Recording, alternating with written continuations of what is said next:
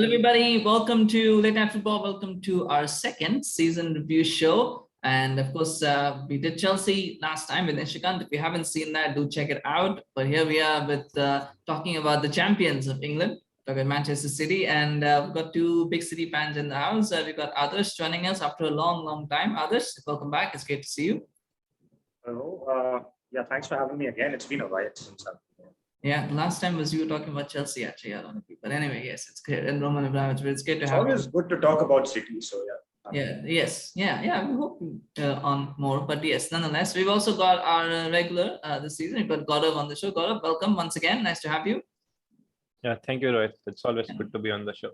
Yeah, and you predicted correctly that City would win. So that's something that it was a little bit difficult. Well, not difficult, but sometimes it's a little bit harrowing. But City got the job done. Thankfully for all of us, well, for most of us at least, City got the job done. Anyway, so let's just talk about it. Let's talk about the season as a whole, and then let's start with not just the Premier League, Adarsh, but I mean, how do you rate the season? Because I mean, they won the title, but they seem to always win the title.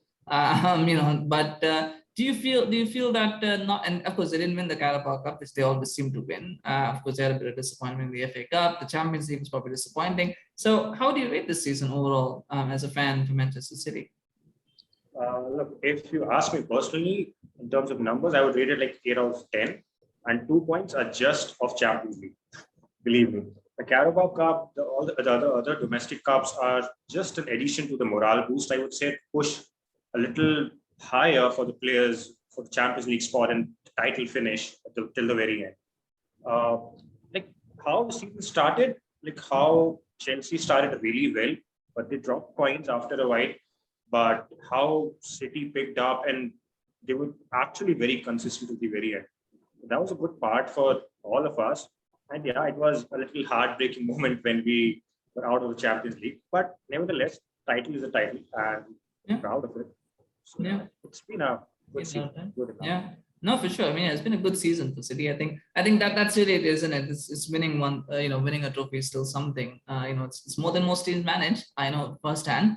But anyway, Gaurav, do you give that assessment 8 out of 10 for City?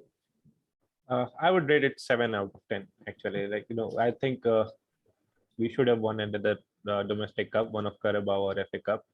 And Champions League, obviously, we know what happened in the semi-final, in the second leg. That was really disappointing. But if you look at it the other way, that we didn't really have a striker for the whole season. Like basically, we're a striker for 3 years. I think 2 or 3 years now. Aguero basically left last year only, and Jesus has played as a striker the last season, I think, and this season most of the time he played on the wings. So that is one thing.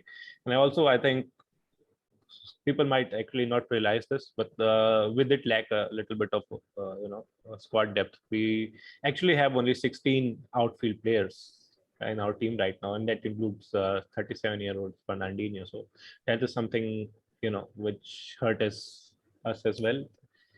So let's talk about it.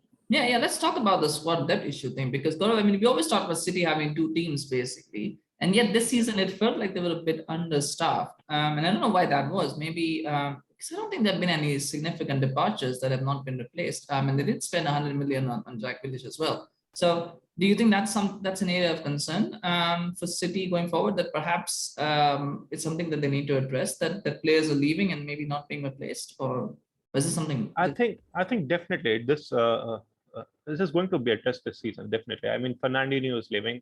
I have a feeling, one of Mahrez or Sterling might leave as well. So Jesus might be leaving as well. Yeah, Jesus is almost confirmed he's leaving. He's basically said in an interview after the match that he has made up his mind, and thus he has told everyone at City that what his decision is. So basically, it means that he's leaving. So we are getting Haaland, and we're also getting Alvarez. So for sure.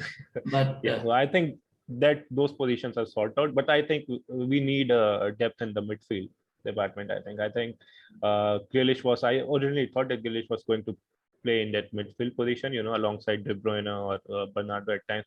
That doesn't seem to happen this season. He basically played on the wings whenever he got the chance. Yeah. So maybe you never know. It's the midfield. I feel so. It's a midfield where we're lacking players, because For Rodri, we don't have a natural replacement anymore because Fernandinho is supposed to be his replacement because of his age, but he's been playing and covering up for the centre back position. And in the midfield, it's just Bernardo, who's not a natural box to box player or even a holding midfielder. He's playing there. Gundogan, who is having a little off season, I would say, on and off in patches.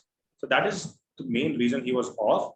And apart from that, it's the double pivot role, which I don't think Pep is opting for this whole season because he knew that we had a little downside because of it last season. So it's a single pivot, which is Rodri. So he was opting for Rodri alone and not Gundogan and Rodri at the same time.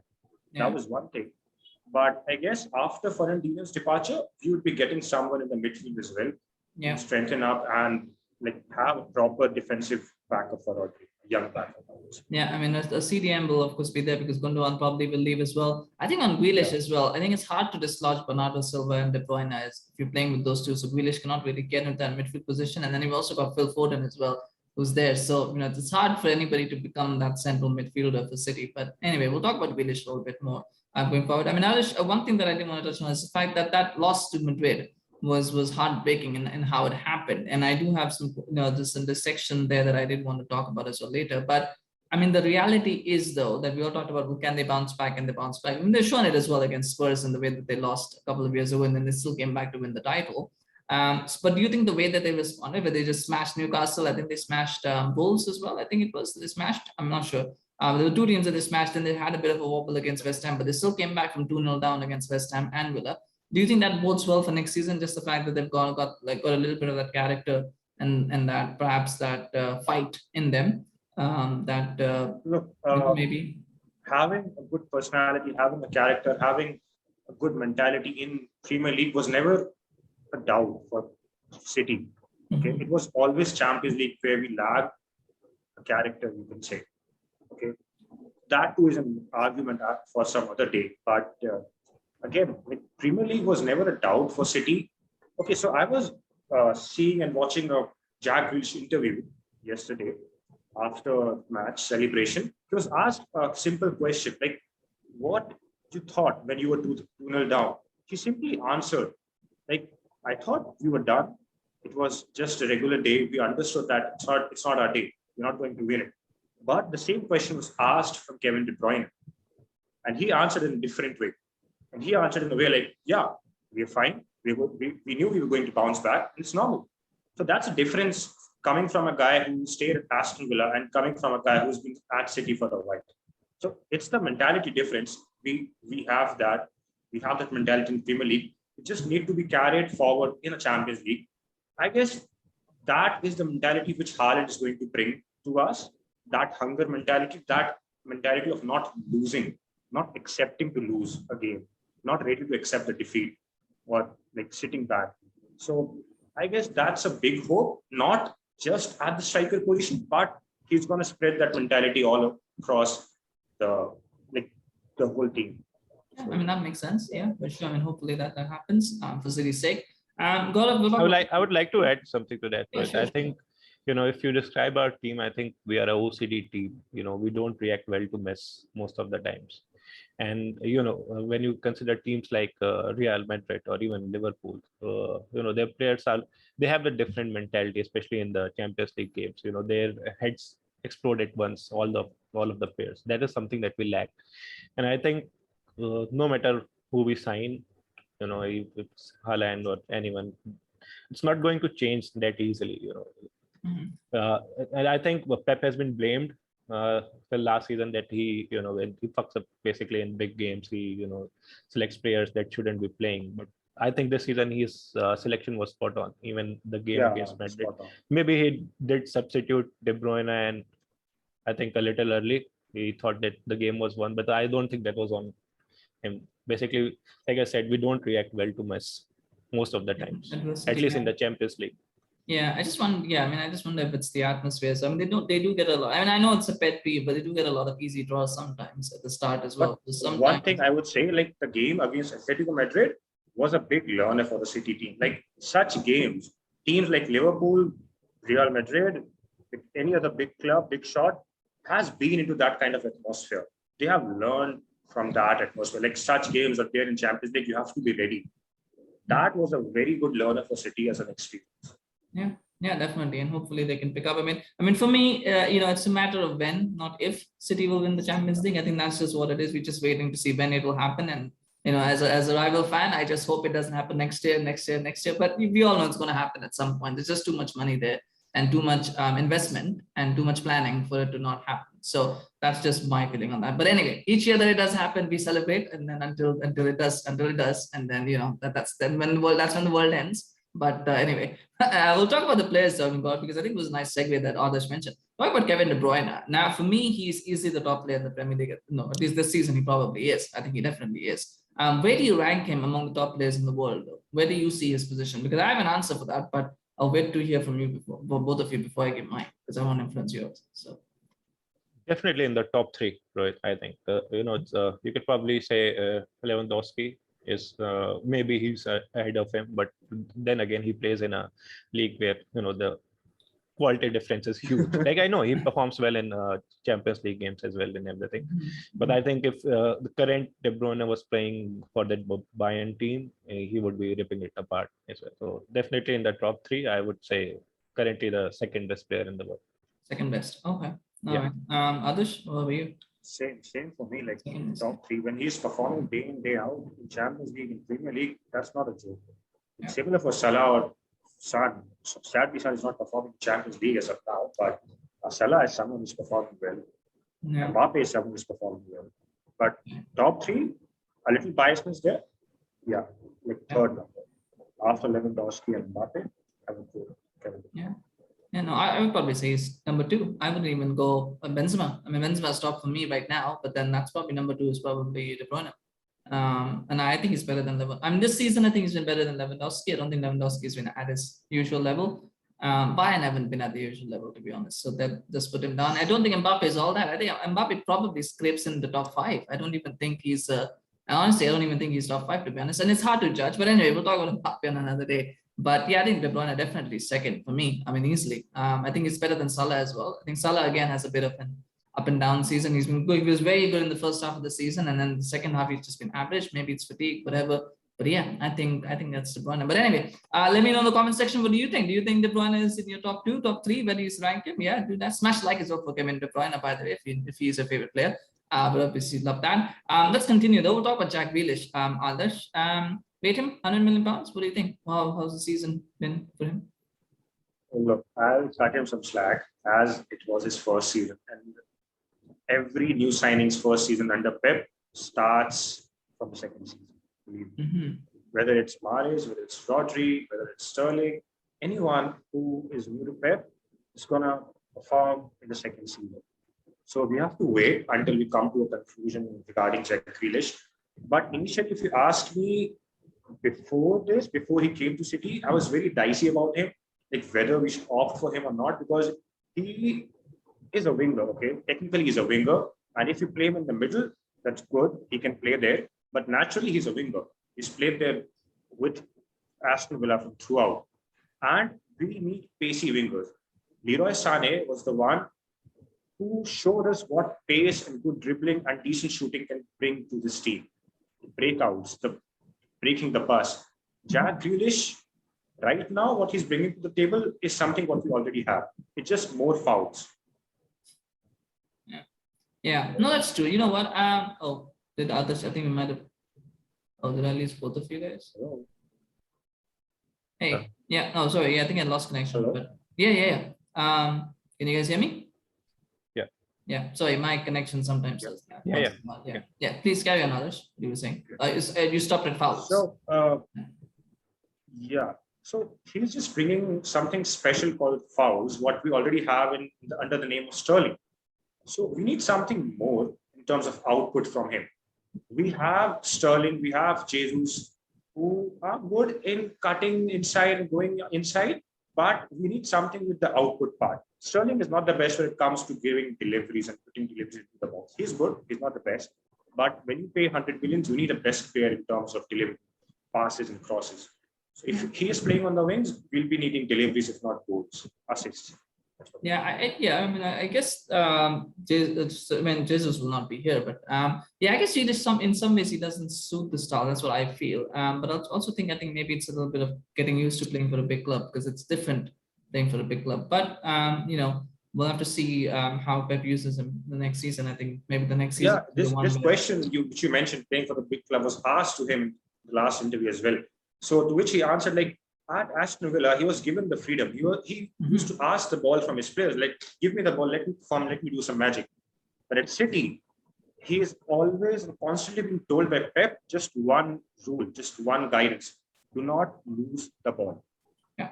To which he reacted very differently this season. He's like, he doesn't know what to do sometimes with the ball. He wants to do something, but there's a pressure from the coach that he might lose the ball. So he doesn't have to lose the ball. So he can't do something which he wants to do. He's restricted because of that. But I guess that will come with time. That will come with the understanding of the philosophy of Pep Guardiola.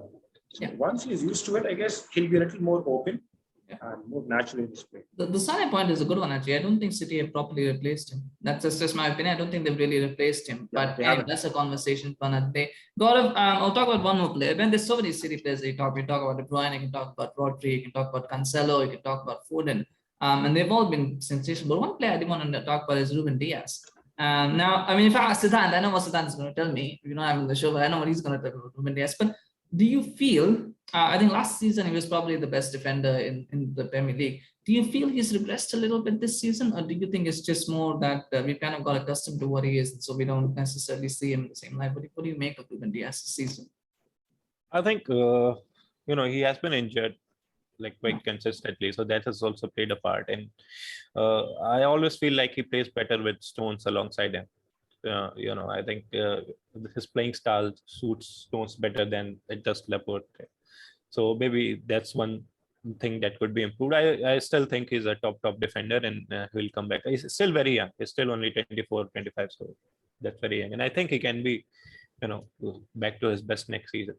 And on Grealish, I would like to add that, Rohit, that I actually read his interview as well. And one line that he said was that he was actually afraid to play for us this season because of the instructions that was given to him.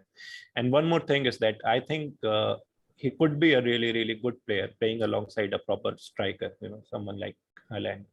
And basically with the system that City played, it was very easy to double up on the wingers, whether it was Grealish or whether it was Mahrez. So that is not going to happen next season with Haaland at top, because center backs will be dragged all over the place. So maybe we can get the best out of Grealish next season as well.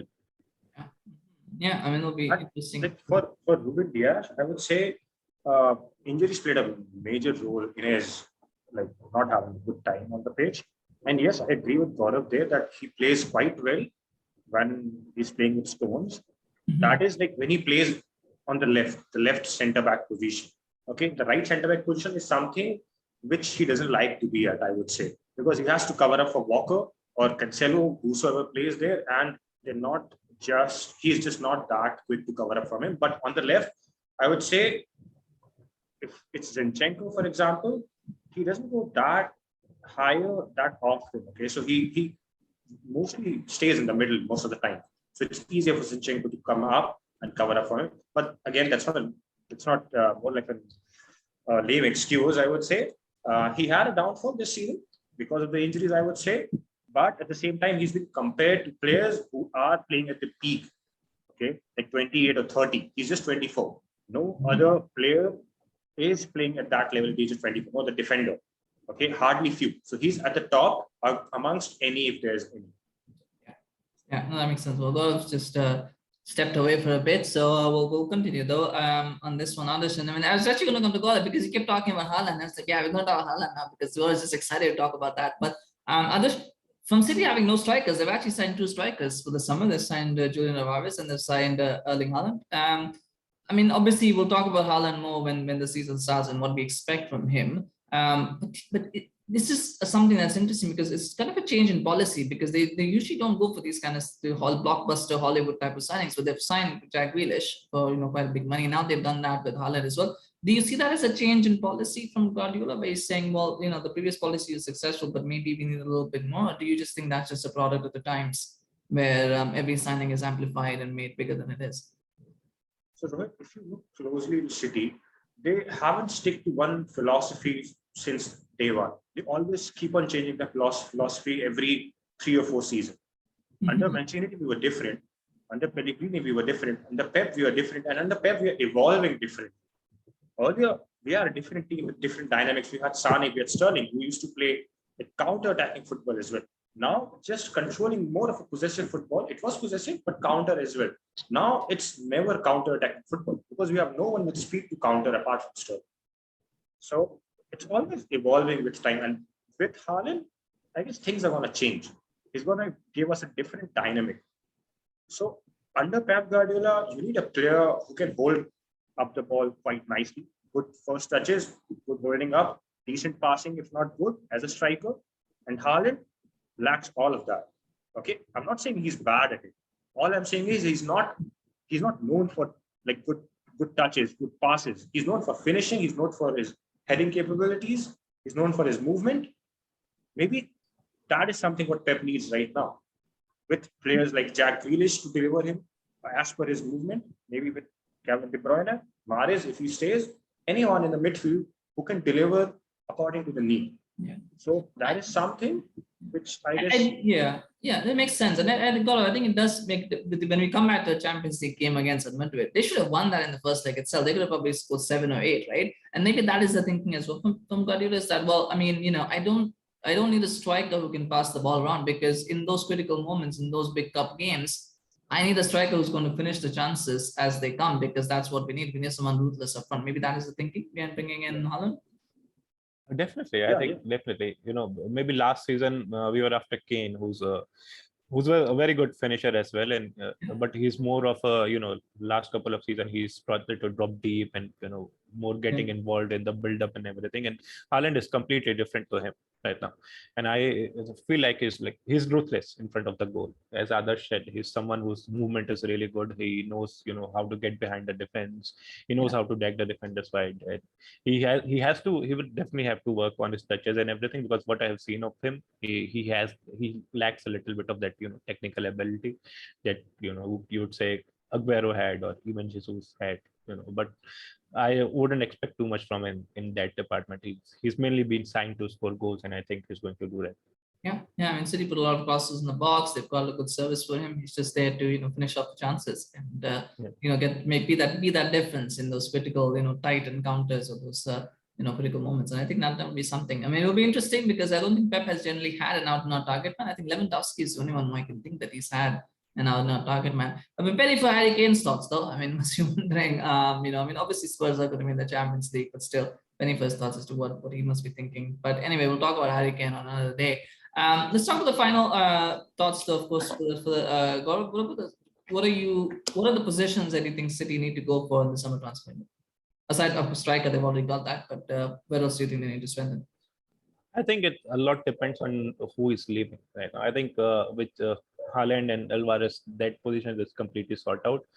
If I'm not sure who would leave. It could be Bernardo, it could be Gundogan in the midfield. Gundogan has said he's leaving, right? Gundogan. No, he hasn't said that. He hasn't confirmed it. Basically, they are just rumors right now, but you never know. There have been rumors that he has been carrying a back injury since a long time, and he has had issues in the second half of the season. And there was a post on a forum that I read, Women Forum, that someone said that the injury is so bad that he could even consider retirement. I don't think that's true right now, but you never know. So maybe one of Gundogan or Bernardo leaves, and same with Sterling and Mahrez. One of them could leave. So those areas would definitely will need some reinforcements. Apart from that, I think we need a DM. First of all, and I probably think a fullback, a left back or right back, anything could work. Maybe if we sign a right back as well for understudy to Walker, then maybe Zinchenko and Cancelo can, play as left back. And if we go for a left back, Cucurella or someone, then I'm fine with that as well. I mean, I guess this is no cover for Walker, right? The cover for Walker is essentially Cancelo, but he plays on the left back, so. Maybe getting a right back is something that they need to look into. Maybe Cucurella can come in and be a left-footed right back. I mean, he always had a right-footed left back. Now, why not have a left-footed right back, right? I mean, that's how Pep thinks. Adarsh, do you agree with that? Do you think any other areas need to be strengthened?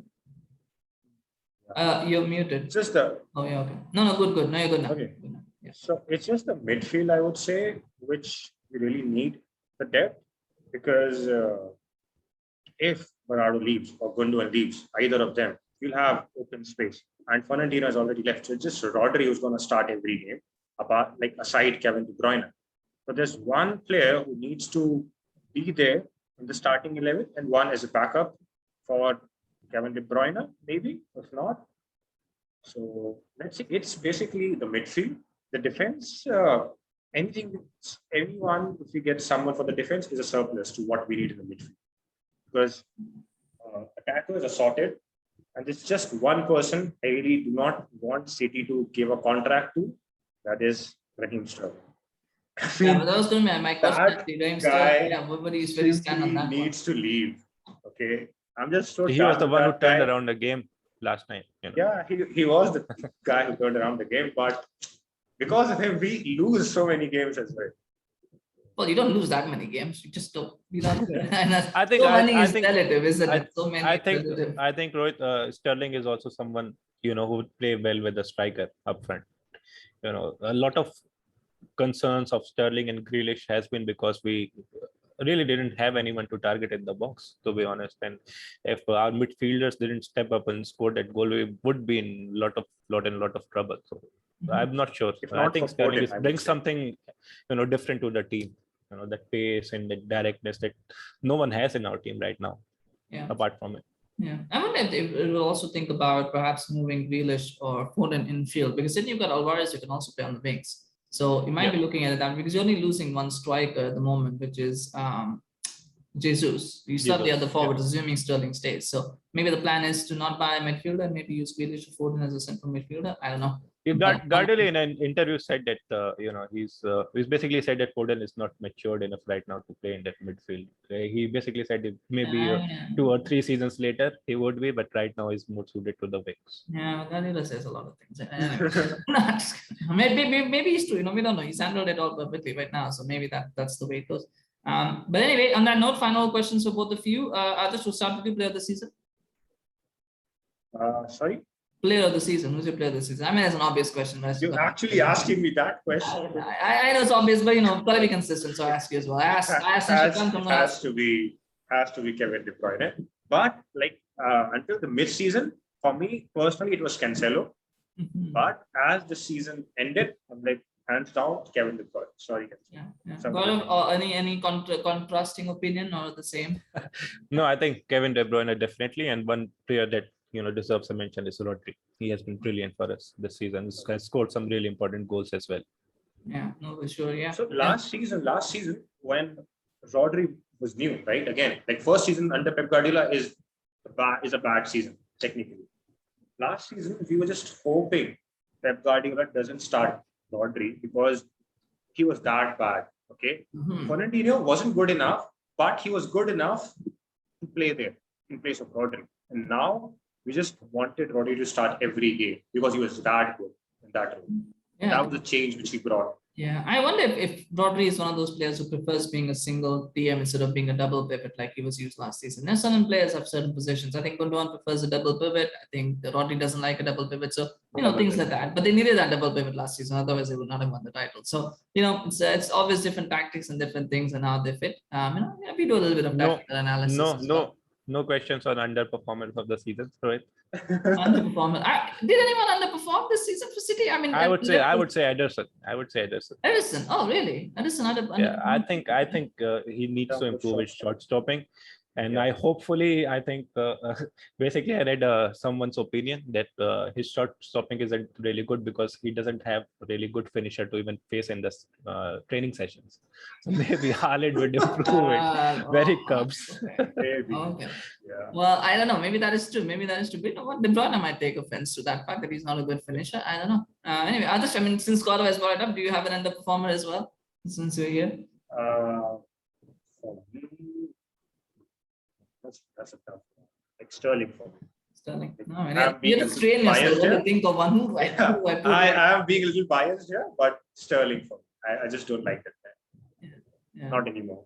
I used to defend that guy a lot. Yeah, that's possible. It's possible. I mean, I'm Yeah, I mean, it's hard to pick one. I mean, probably Jack Grealish is the obvious target to say that he's the underperformer. But yeah, I mean, Again, yeah, I'll cut him haven't some actually slack thought because about. of his first season. Yeah, but I haven't thought about Ederson actually, and it's possible that Ederson could be one of the underperformers. You could even make a, I mean, yeah, there might be other players as well. I mean, Mahrez. I mean, to be fair with Mahrez, I mean, if City had lost the title yesterday, I think a lot of people might have blamed him because he actually had those two critical moments where he could have won. He could have put Liverpool out of sight. But anyway, Surprisingly, Mahrez, I guess, if I'm not wrong, he is the top scorer of the team. yeah, he probably might be. Yeah, I'm not saying that he Yeah, he is. underperformed at all. He is. I'm not going to He say is, that he yeah. underperformed. I'm just saying that if things had not gone the way they did yesterday, we might be having a very different conversation today. But anyway, Yeah. yeah. On that note, I mean, I hope City have a good summer. It's the end of the season now, and we'll have to wait and see what happens in the window, post transfer window. But thank you so much, Adarsh. Thank you so much, Gaurav, for joining me and sharing your thoughts. And of course, you're all very happy mood. I know it's a wonderful, it's a celebrating mood now. It's City having won the title.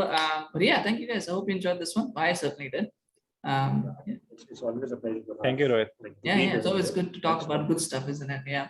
Anyway, if you enjoyed this video, do remember to give it a like and share it, of course. If you're a City fan, let us know what you thought about City's season, of course, share in the comments. If you're not a City fan, let us know what you thought about City anyway. Let us know what you thought. What do you think is going to happen this summer as well? Because there are some positions that City need to strengthen. So let us know what you think. Of course, do remember to subscribe to our channel on YouTube as well as follow us on Facebook. We are going to do quite a few videos. Actually, there's a few more season reviews to come, and then there is a Champions League final as well to come, which City will not be playing in. But no, that's a slight thing. But no, we will be doing a preview and reaction for that as well. So to come. So do remember to subscribe so you get notified for those videos. Thank you so much for watching. Have a good day or night, and we'll see you again very soon. Bye bye.